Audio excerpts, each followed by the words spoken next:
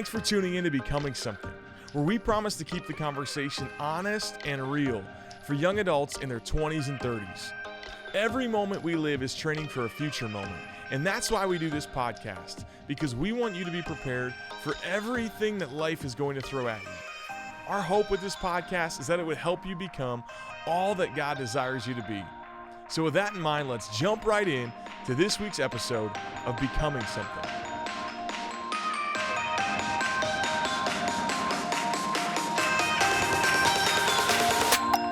What's up, podcast world? It's your boy JP, not in the podcast studio. I'm at UT Southwestern Hospital in Dallas, Texas. And I texted these guys last night at 11:30 p.m. I was like, would y'all please come see me? And Kathy's like, oh, I don't know. I got a really busy day tomorrow. Got a lot of stuff going on. And then they're like, I don't even know if Nate's in Texas. So I woke up this morning and my phone was flipped over, which it never is. I don't know. So I was like, Adelie, did you flip it over? She's like, yeah, your phone was just lighting up all the time because there's only two people that my phone vibrates for, Adelie and JP. Wow. So, What time did you go to bed? So I was in Dublin on a mission trip. On a mission trip? Yeah, over the Mission weekend. trip. Let's define what that is. Mission trip. On the Might So I need got a new so I got definition. back. I was traveling yesterday from 2 a.m. to 7 p.m. Got back in Waco at 7 p.m. Wow. So I was in bed at like 9. I feel so sorry So- for you that you had a weekend in Dublin I know, it was so hard. with all your best friends. Yeah. Wow. He's like, JP, minus the us. only thing there is to do there is just get wasted. Yeah. I was like, is that a confession? Like, what? Like, are you confessing something? What are you doing right there? I've been to London. I've been to Dublin. I would much rather go back to London. That's just what I'll say. And I'm sorry for you Irish listeners. Wow, but while I what was is there, the I realized there's like a. I don't think anybody in Ireland Don't is a say believer. that. So Don't I don't. Dublin's where that. Dr. Pepper was founded, right? What? No, it's It's a Waco, a Guinness. While I was there, the Pharaoh. Dublin, Dr. Pepper. I assume that's Texas. Dublin, Texas. Are you? I have no idea what that is. There's yeah, a- Dr. Pepper's There's a Texas. Dublin Dr. Pepper. I'm Yeah. pretty sure. Really? Yeah. But the Faroe Islands were like right next to Ireland, and we've had people email from there. Oh, So I was like, I need to Shout go out. over there. They said Shout it's really out. pretty. Anyways, Yeah. welcome back. So I just feel like you guys misunderstood something. We get emails all the time being like, Nate's so sick. Like he's the Yeah. best. He's so sick. And so now you've taken me here. It's like, guys, You they couldn't- mean like cool. what are you doing? You couldn't be more I Dublin. don't was need to the be here. Worst trans- Man, that's real. That's really JP is disappointing. actually the one in the hospital. Do you want to For give a little what? health update? He the- seems For the fine. people? Got the super sexy neck pick line. I'm the so neck, thankful I'm on this neck side catheter of you. over Nate, there. I've take got one for the team. this thing's been in since the 20th. The old IV over here. So yeah, man, life is full of twists and turns. This is day 12 in the hospital. So started in Waco, moved to Dallas by way of ambulance, and yeah, man, it's been wild. Go Is ahead. Harris Creek still there? The podcast still happening? It's called It's Hilgen happening. Camp Creek. We thought it would be a good shift. Hilgen Camp Creek. Like we're literally Just getting a answer call. that and close it. It's just there about food. I don't need yeah. to answer. No, I'll Okay, take let's some talk about food. the food. I'll take some food. it's How are it's you doing? unbelievable. Food's incredible. Wow. It actually is. Yeah. Never had How that come? experience. How come you didn't finish your biscuit? No, I didn't want to have too many carbs. Oh, okay. You about to crush that? I would. Yeah. What do you feel like you've learned? Like I mean, Oh, I hate this question. oh, I'm sorry. Okay. you've No, hated no, like the in your questions life. asked. Like in I've your learned life. how much I hate the Excuse me. questions. How are you doing, bro?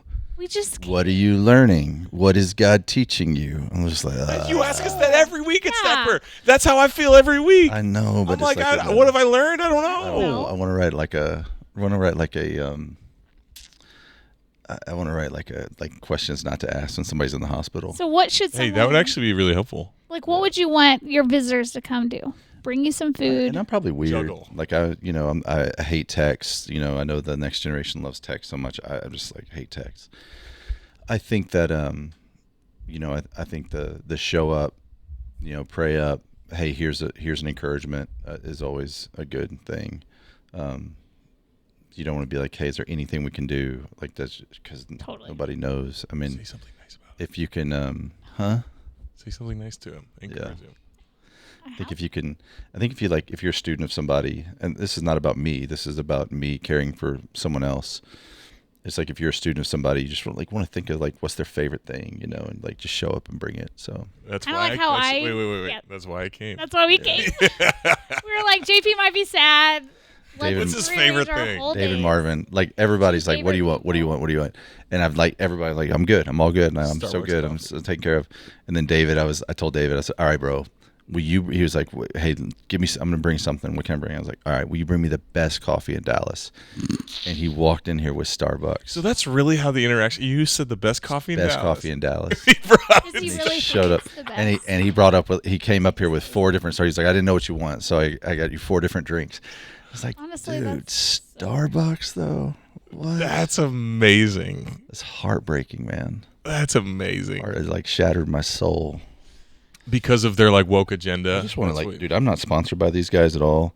3 Nails, this is the best shirt on the planet. I will just say that. It's like the most comfortable hospital shirt ever. I will say I'm kind of sponsored Yeah, by. you are. They sent Thank us God.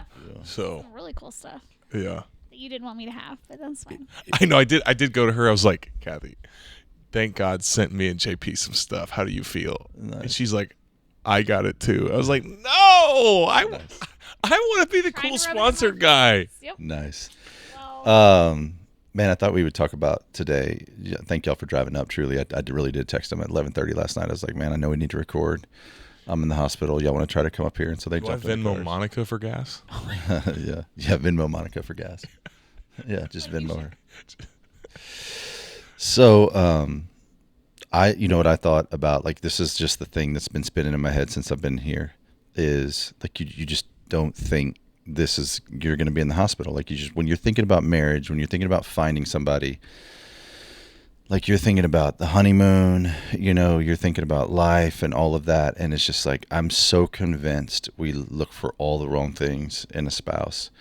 And that's one of the things that God is teaching me. There's a lot. I mean, spiritual warfare, as we talked about last week, just like the physical, the spiritual, that's something. What does it look like to spend time with Him? How do we enjoy Him? The love of God, like trusting His sovereignty. Like I've never once been discouraged in this. I'm not trying to be like superhuman or anything. It's just like God, I've just been really grateful just to have health care and doctors that are like knowledgeable and want to see me well and whatnot, and friends that are helpful in that. But yeah, that's just what I've been thinking about. you also probably like hit the lottery. Is that the phrase? Struck the lottery? Won the lottery? You struck the lottery. Yep. There was that time. You struck the lottery. That's As what I'm everyone saying it, says. Hit the lottery. Whatever. With your wife. Because What about one? You could go won the lottery. I live in a hospital. I don't. You know who didn't win the lottery? Matt Davidson. Oh my God. Hey, he's in this room right now. He Would for sure fight you on that. You married. But he's not. no, he seemed to just kind of nodded his head in agreement. Oh. Honestly, that was the disappointing thing. He was just He kind of would like fight you, but he's not. Yeah. he is kind of like Yes. yeah. Oh my gosh. That's what I'm just saying. Well, I was trying to compliment your wife. Okay. but You have an awesome caretaker. What are some of the things that you're seeing in Monica that you might would She have was not like- known to look for? She was in like, me? "Can I please?" Like, it's Monica's so weird. I think I'm like, she finds me more attractive, like because you're in a hospital bed. more vulnerable, and I'm like, oh goodness, Is that's. that a female thing? Yeah, we like to take care of people. I think it is a bent that you get in trouble these days when you're like stereotype female male. For sure. But there's for sure generalities. We are made different. In the beginning, God made them male and female. There's a reason the Bible says that. And for sure, you can have more masculine females and you can have more feminine males. Like that's for sure true. And there is a bent and an inclination to our gender or sex, whatever you want to call it. That's absolutely scientific fact. And so, yeah, I think my wife specifically, is bent more towards nurturing. And she was like the other day, she's like, "Can I please live my dream and feed you ice cream?" And I'm just like, what? Like, here's the reality. Like when we got married, okay, like I was on steroids. Like I would like enter body, You were building. taking steroids? This is Yeah. the first I ever heard that. Yeah, true. For bodybuilding? Yeah. Well, I would enter these, like, I wasn't good at it, but I would enter Wow. these like contests amongst friends and like most like lowest percentage body fat and like most muscle gain. And so, at the time, yeah, I was just like working out like an animal and yeah, steroids. I mean, we would have this photo album on our coffee table for a while, like before we had kids, and it was like our honeymoon photo album. And then I was like, man, I don't think we can have, like, it's like the least modest thing you can imagine. I don't know, just like that's who we were. And then like you like that was the most miserable we've ever been. I was thinking about that like in our marriage. Seriously? No Yeah. kids, nothing like Oh yeah, for holding sure. you back schedule wise. Oh, it was awesome bo- bodies. Both vain, both stuck about ourselves, selfish. Like there's selfishness is like just like the marriage killer. Contempt is the marriage killer. And then we grew in our faith, and yeah, and your priorities change. And so it's like, man, I know that there's people who have kids and life, and their priority is still eating well and working out and all that. But for us, like our priorities really changed. And I mean, just like I'm in this hospital the other day, and like I haven't had a bowel movement in 4 days. Okay, so you just feel gross and bloated and uncomfortable, and everything hurts. And like I like go into the bathroom, and she's like out here. My wife is audibly praying to God, the creator of the heavens and the earth, that I have a bowel movement. And I come out of the hospital, of the bathroom, and she's like, any luck? And I'm like, I give her the smile and the thumbs up, and she falls to her knees and raises her hands with tears in her eyes, just praising God, right? And I just like, in that moment, I'm like, nobody's thinking about that when you're 22. Like nobody is like, oh yeah, that's marriage. Like you're not looking for a trophy wife. You're looking for someone to go to war with you. And it's like in these moments, I mean, she's commuting back and forth from Waco to Dallas. She's taking the kids to school. And it's like, man, I get it, dude. If you're a woman and you want to conquer the world and be the CEO, like, man, have at it. Like God can certainly call you to that and use you in that way. But I just like, and dudes, like this is for you. Like, find someone you can lock arms with, and you make a good partnership. Like that's what you're looking, because beauty is fleeting, right? Charm is deceitful. Proverbs 31:30. Charm is deceitful, beauty is fleeting, but a woman who fears the Lord is to be praised, and that's eternal. And a woman who is loved well, she just gets more beautiful with age and time. Like you just fall. Like I love my wife more today than I ever have. And I mean, she's birthed 3 kids. The things that I found attractive about her when I was a dumb 21-year-old, let me just say this, when I was a stupid 21-year-old, like the things that I just thought were so hot about her body now are functional. They have fed kids, and everything changes, and I love her way more today than I ever have, and nobody's talking about it. And that's what I'm talking about. I'm not trying to come at you with shock value. I'm like, here's the reality. Like half of my body is numb right now. It's like I've got no feeling in half of my body. And she's just like Monica's not like, well, gosh, I don't know. I don't know if you're going to be able to protect and provide for me the way I thought. And so maybe I need to look elsewhere. It's like, no, our marriage is secure because it's rooted in something other than the way that we look or health or whatnot. And so I'm just like, find that person. So, what practical things should these 21-year-old guys be looking for? Dude, for the 21-year-old guy, it's the easiest thing in the world. Find the godliest woman you know and propose. And like, But what if you don't like her? yeah, well then that's a you problem. But what If you don't like the godliest woman you know, like that's a you problem. Like, do you like God?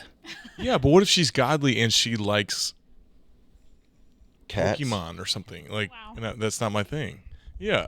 Yeah, well, I don't like. Here's the deal. I don't want to be provocative, and you don't have to You don't have to be a martyr or take one for the team. But whatever you like when you're 21 is not what you like when you're 31 or when you're 41. It's like when Monica and I got married, we loved comedy clubs and cruises. Like that's what we would tell people. We love to go to comedy clubs. We love to go to cruises. One of us still loves comedy clubs and cruises. She doesn't want to be caught dead on a cruise ship. she doesn't want to get anywhere near a comedy club. And she's like, your preferences change, your prerogatives change, your interests change, and you're just not thinking about that. And so if you find somebody who really loves God with all their heart, soul, mind, and strength, and they're going to be a great partner to you, you got to you have to understand that Hollywood and Instagram and TikTok, they're all feeding you lies. They're feeding you this systematic algorithm, which is brainwashing you to be attracted to something that's going to set you up for failure. And so you really have to renew your mind. Do not conform any longer to the patterns of this world, but be transformed by the renewing of your mind. Then you'll be able to test and approve what God's will is. Think about what that verse says. Do not conform to the patterns of this world. What do the patterns of this world say? My girl needs to look like a porn star. She needs to be shaped like a porn star. She needs to be down to do everything. We need to be able to have all kinds of wild, crazy sex. Like, that's super fun for about 24 months. And then it's not anymore. And it doesn't, like, people, like if that's what it was about, then porn stars would have the most amazing marriages. But as it turns out, they just don't. And in fact, they have some of the highest suicide rates and the highest divorce rates. So it's not that. So just use your head, man. Like, just use your brain. Think about it. Like, all right, who has the best marriage? Is it the hottest people? Like, who has the best marriage? Oh gosh, it turns out that people, like the godliest people, have the best marriage. People who are committed to the church, they're plugged in, like they're committed to growing and to talking things through.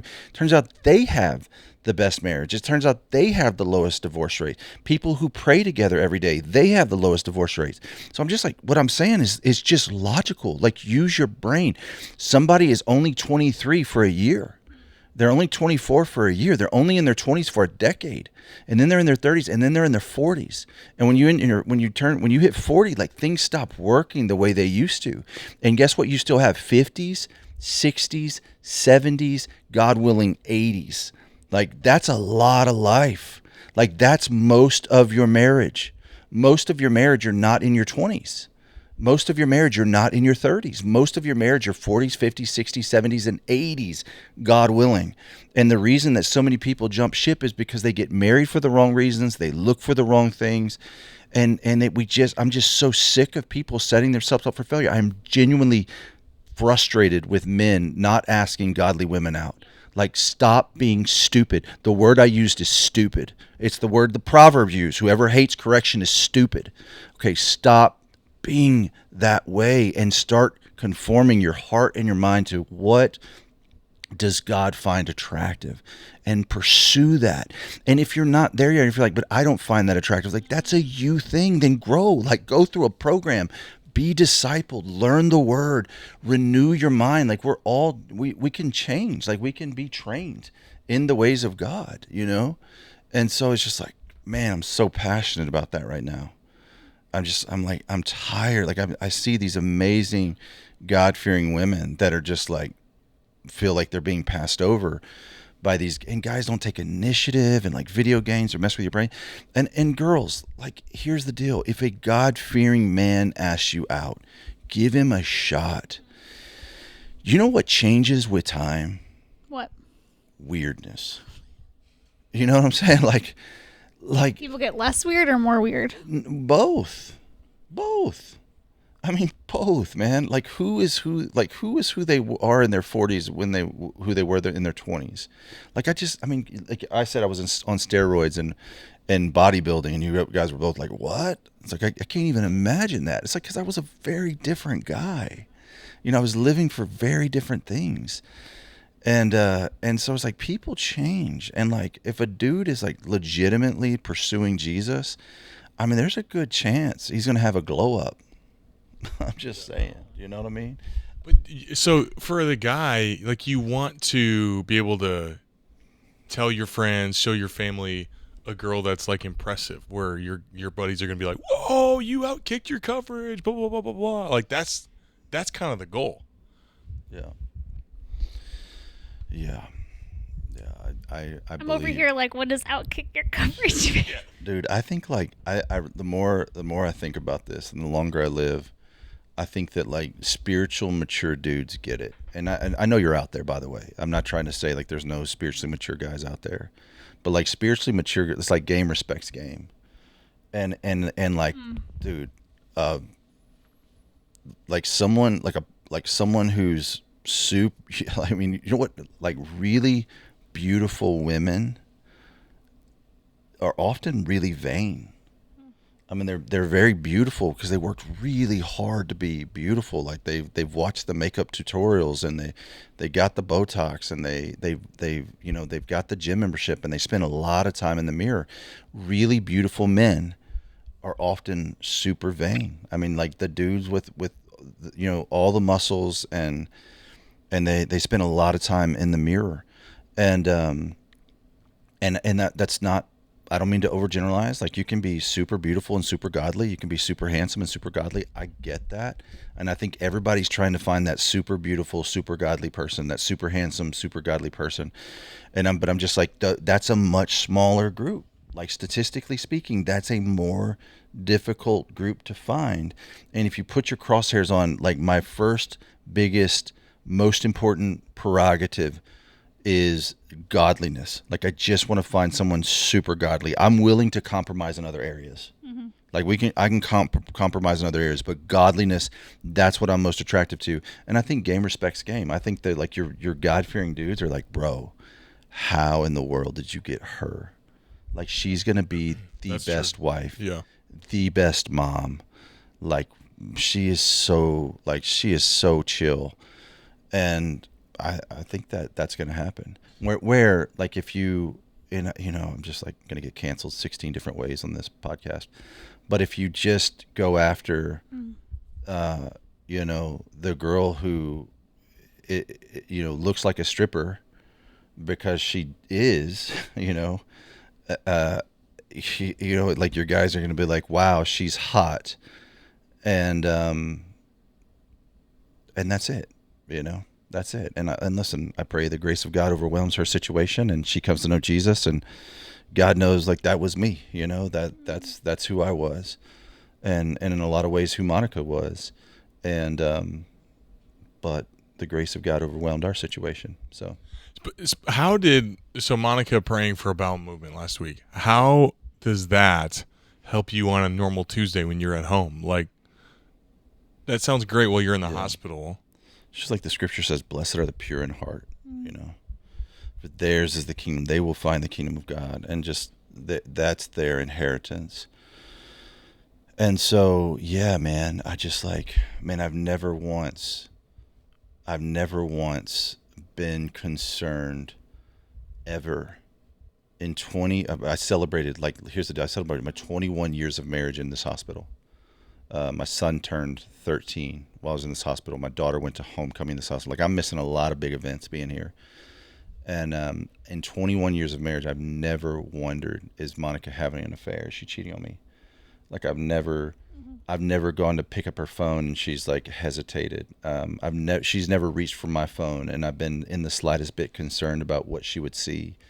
We keep short accounts with one another. I confess my sin to her. And it's beautiful and it's safe, and it's like, man, it's just priceless, And so, yeah, I think a woman she's just with you in that, I don't have to be embarrassed or ashamed. I like, dude, right now, like I'm not super attractive, okay? Like I've got two lines coming out of my neck right now. I mean, this line right here goes all the way down into my heart. You're kidding me. I feel like a sneeze away from meeting Jesus right now. Yeah, I'm dead serious. And so, and like she genuinely wants to come up here today and care for me. I'm like, find that woman, okay? Like find that woman, and like maybe she's a yoga instructor, cool. But that's take it or leave it, Well, I'm just thinking, like, if she's praying for you to have a bowel movement while you're in the hospital, chances are, like, she's praying and serving and living this way all the time. Like, your character is revealed in suffering moments, It's not like she's going to be beautiful and do all these things and not pursue the Lord. And then when you're in that needing moment, when you're in the hospital bed, that's like she just turns it on. Like, it's like she's probably been praying for totally, Unite, that students would come to know Jesus. Years and years of her heart growing closer and closer to God, and her growing closer to God, that she's able to serve in these ways. So I don't know, like I feel like we a lot of times in suffering, reveal Yeah. who we are and honestly who the people are around us. Yeah. And it's awesome that you've married someone who, as she's been revealed more and more, it's just shown someone who's pure in heart. Yeah. Yeah. Yeah, man. I'm even thinking of the verse in 1 Samuel where it's like, hey, man looks at outward appearance, but the Lord looks at the heart. I feel like we have to make God's criteria our criteria, and yet, man, I know a lot of people who don't do that. It's weird. I'm so tired of being careful. I feel like I don't care anymore. And I think we have so over-indexed on sex, as a culture. And like I was a sex addict. Like if we're new to the game, like you don't know my story. Like man, I was addicted to pornography, and not just pornography. Like I was addicted to sex, and it messed me up so bad. And when you get in marriage, you know it's like if you have a healthy sex life, you're doing that like 0.6% of the time. So you got to be really good at the 99.4% of the other stuff. You know, let's say it's 6% of the time. Like let's just say you're like rabbits. You know, what are you going to do the other 94% of the time? Like you'll have to be great at conversation and resolving conflict and doing ministry and I think there's so much insecurities about that. Like every Friday on Friday Q&A, someone asks us like, man, my boyfriend had sex with his ex-girlfriend. I just can't stop thinking about it. You know, it's like all it does is just create so many insecurities. And today, like if you're not in the church, I mean, it's like, I know there's people that are all about their body count and it's just gotten so weird out there. And I think Satan, it receives that as worship. Like he loves when we abuse each other, especially sexually, as an act of work. He receives it as worship, man. And it's just like, yeah, I mean, like not being careful, you know, I'm like kind of paralyzed right now. Like stuff's not working, you know, biologically. And I'm just like, I'm not even like, it's like so safe that it's like not even like a concern. Like it's not even like, it's never even crossed my mind of like, oh, that'd be a bummer. You know, what if we couldn't have sex, you know, that would be a bummer. And I'm like, yeah, don't get me wrong. That would be a bummer. Okay. But like, for sure. I'm like, docs, you got to figure that out. But at the same time, it's like, it's such a minor aspect of our existence. It's like the least important thing about us in a lot of ways. And, you know, again, TMI, and I know I'm not being careful, and I know that's like criticism, but it's like, and I mean, we make love more than I ever have in my entire life. Also, I bet it's better because if you're truly seeking the Lord, that means you're probably selfless. Like selfishness is not a characteristic of fruit of the Spirit. So the more you pursue God, the less selfish you are. Yeah. And selfish sex isn't good sex. Yeah, it's selfless sex is the best sex. Selfish sex. The more selfless you become, right. I would bet your sex life increases. That's right. Yeah, selfish sex is not good sex. That'll preach all day long. So in young adult ministry, what I've noticed is a lot of guys are super so proud of you for handling that like an adult, man. You did so well. My boy is growing up. Even turn red. My boy is growing up. Kathy over there threw up in her mouth a few times. That's okay. So many guys are really hesitant. Kathy's husband is in the room, just so you guys know. And yeah, they're like, true. That's weird. Still weird, but. So many guys are so hesitant to ask a girl out because it's like, what if blah blah blah, what if blah blah blah, what if blah blah blah. And it's like I have to find this perfect girl before I even ask her out. Like, would you recommend asking someone out even if you don't know everything about her? Yeah, I'll just say most people get this wrong. Okay, like most people marry poorly. Like that's the reality. And that's the facts. Like most people listening right now, if you learned what to look for from the world, you're going to marry poorly and you're going to regret it. Like that's science and facts and mathematics. So for the divorce rate, whatever you want to call it, we'll go super low and say 45%. That's about the lowest stat I've seen. You want to say 40, well, whatever you want. There's a whole, so that's almost half, and then you got this other large number of people that are married, undivorced, but they're sleeping in separate rooms. They don't even like each other. They're fighting all the time. So that's most marriages, and I'm telling you, if you want a good marriage, learn to be attracted to godliness. And you be a godly person, find a godly person, you will have a godly marriage. It's going to be amazing. And so, yeah, I'm like the dude that's looking for, the swimsuit model who leads her Bible studies and is getting her THM at seminary and going on mission trips for fun. I mean, I'm not surprised you're, 35 still looking. Just not. But good luck. Yeah. But blessings to you. Man, talking to young adults who've gotten to talk to you, and you giving them dating advice, you're so blunt, and it's always so helpful. Because I'm tired of being careful. I'm tired of being politically correct. I'm tired of it's not getting us to a good place. Like, we're not getting better at this. The more personality tests and dating apps and swipe left and swipe right and matchmaking services and all of that. Like, I mean, literally, like I've put my money where my mouth is on this. I'm trying to come up with a solution on this deal because I see the problem is so big.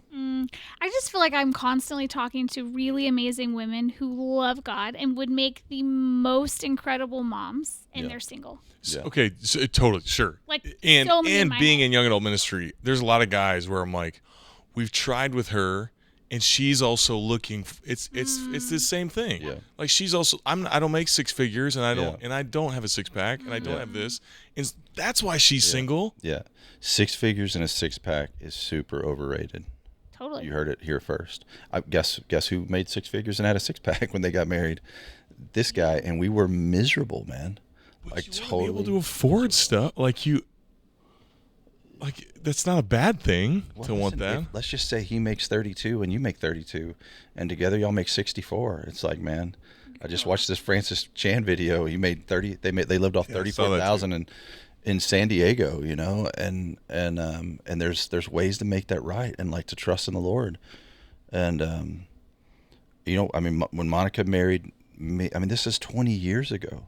Like, I was bawling. I'm not trying to like flex. I mean, just Which building was it that I mean, you truly, guys? like, you could see our penthouse condo from this hospital room, and then when I was called into ministry, she got pregnant. She was going to stay home.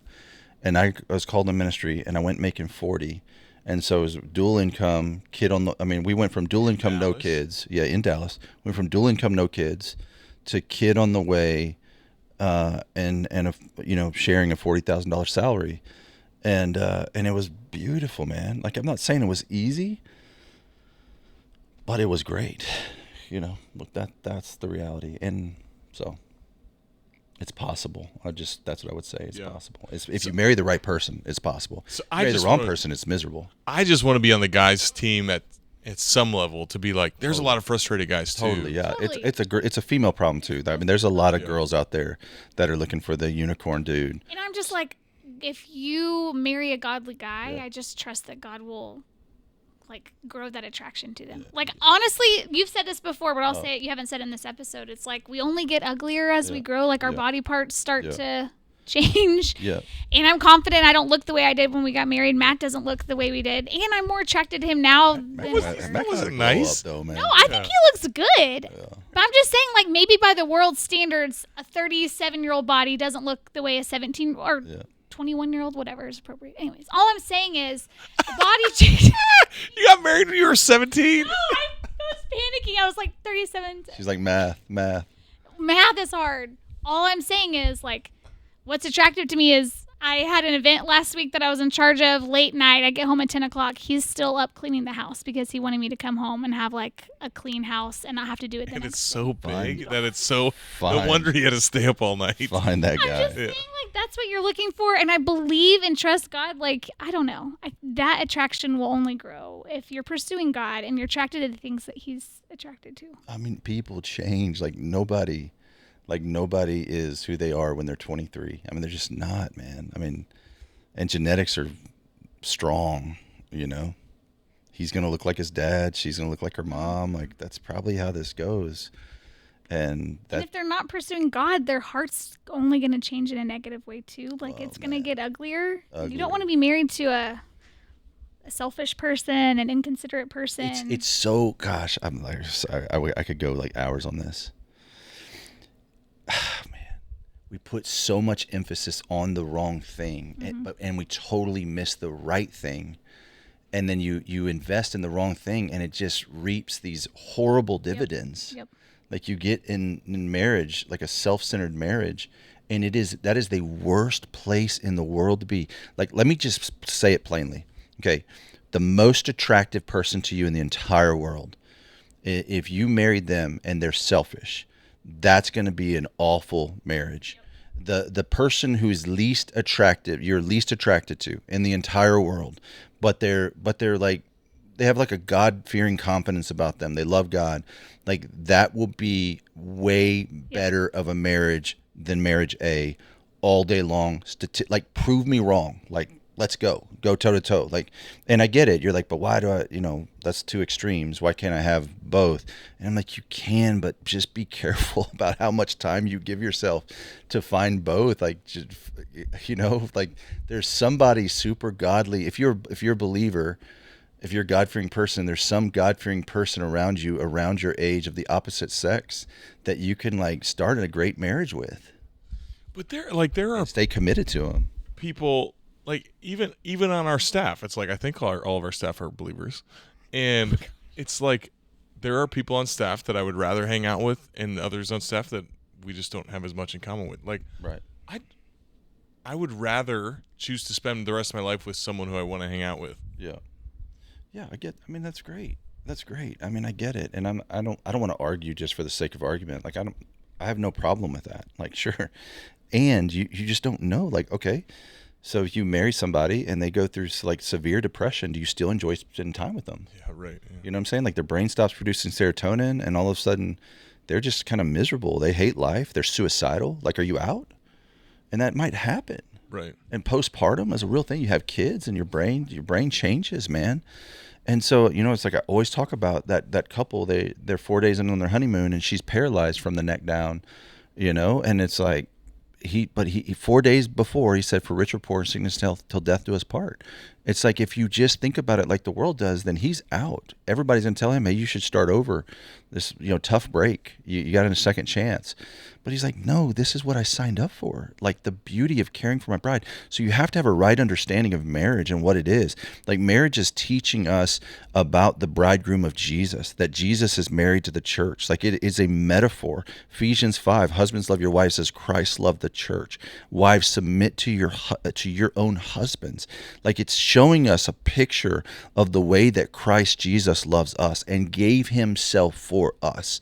Like this is like marriage is about sacrifice and sanctification. Is there fun in there? Yes. When you embrace the sacrifice and sanctification, it's a lot of fun. When you pursue selfishness, self-centeredness, it is going to be the worst thing ever. Like torture, absolute torture. What would you say for the person who's doing all the quote unquote right things? Like I feel like there's a lot of those people in our young adult ministry where it's like you are serving, you do love Jesus, you are in a life group, and you are single and you don't want to be single. Yeah, and you're going to die and you're going to get heaven, and you won't even remember if you were single or not, and you're going to be there for not just 100 years, but 100,000, 100 billion, 100 trillion years, infinity. And I know it seems like a really big deal now, like the Lord's forgotten you, and he just hasn't. And so don't lower your standards, lengthen your patience. Don't settle for someone less than godliness. The entire narrative of the scripture, Genesis to Revelation, is, it starts saying that the world is formless and void. God begins to form and fill the earth. He creates humans in his image and says, be fruitful and multiply, fill the earth and subdue it. Continue to form and fill the earth. So God is consistently, he's like, don't marry among the Canaanites.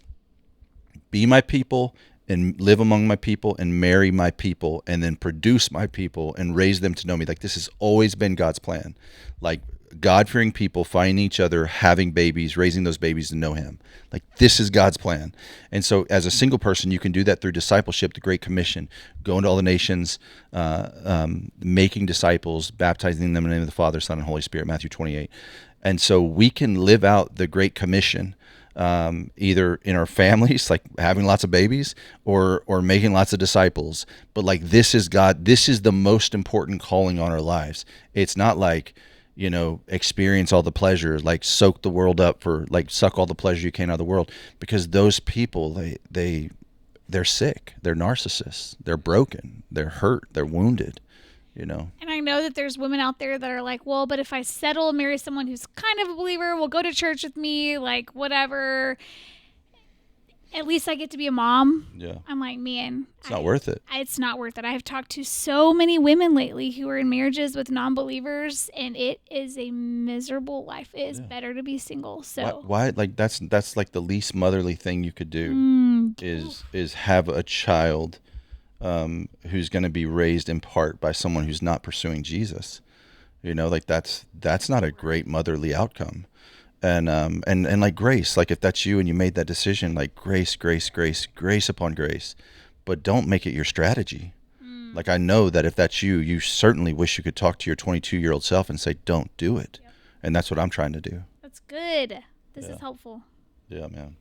You guys should really listen. There was something else I was going to say, and I can't remember what it was, but man, hopefully you just hear, like, sincerity, passion. I know there's things in there. It's going to be like, gosh, why did you say that? And that's TMI. And, well, I because I care about you guys, man. I want to have real, honest conversations about this. And I think this is where we are most off. We have been most led astray by the world. And so just use your brain. Use your brain. Like, anybody, like, I will step into any debate ring on this topic. I don't say that out of arrogance. It's just something I've given a lot of thought to. And there's God-fearing Christian people who disagree with me, and, like, I'm ready for the conversation, truly. It's really good. This is helpful. What about someone who's like, I don't really want to get married? Like, I've seen my parents' marriage. And... Oh, dude, Paul says, I wish you were as I am, 1 Corinthians 7. Like, if you can, Matthew 19, Jesus says there are some who are celibate for the sake of the kingdom of heaven. Like, if you can stay single for the sake of the kingdom, man, praise God. That's a very noble, high calling. That was the calling of Jesus Christ himself. That was a calling, at least later in life, of the Apostle Paul. That is a very noble calling. So, it's awesome. But don't then, like, be home looking at porn and masturbating and, or going outside of your marriage, a marriage that doesn't exist. Like, that's a call of celibacy. And there's a lot of, like, man, some people, that's like, they really struggle with same-sex attraction. They're just not attracted to the opposite sex, and they are celibate for the sake of the kingdom. And I think that's a beautiful thing. And then there's other people that are attracted to the opposite sex, and they're celibate for the sake of the kingdom. I think that's a beautiful calling, man. Great. I love it. Well, guys, thanks for letting us have this conversation. We talk to you, you're not in a hospital bed. Yeah, I'm not. I will just say, like, I'm not drugged. They're gonna be like, dude, he was on something. I'm not on anything. I'm not on any medication, and you just gain perspective when you've been in a hospital for 13 days. You gain perspective, and I'm just trying to share that perspective with you. And if it's godly, I pray it stir in your heart. And if there's anything I said that's just the flesh and it's not godly, dismiss it. But we love you guys. Thanks for listening. Bye.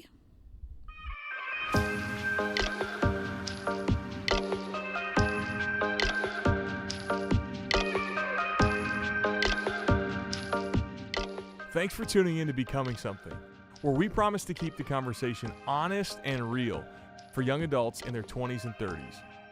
Every moment we live is training for a future moment, and that's why we do this podcast, because we want you to be prepared for everything that life is going to throw at you. Our hope with this podcast is that it would help you become all that God desires you to be. To find out more, visit becomingsomething.com.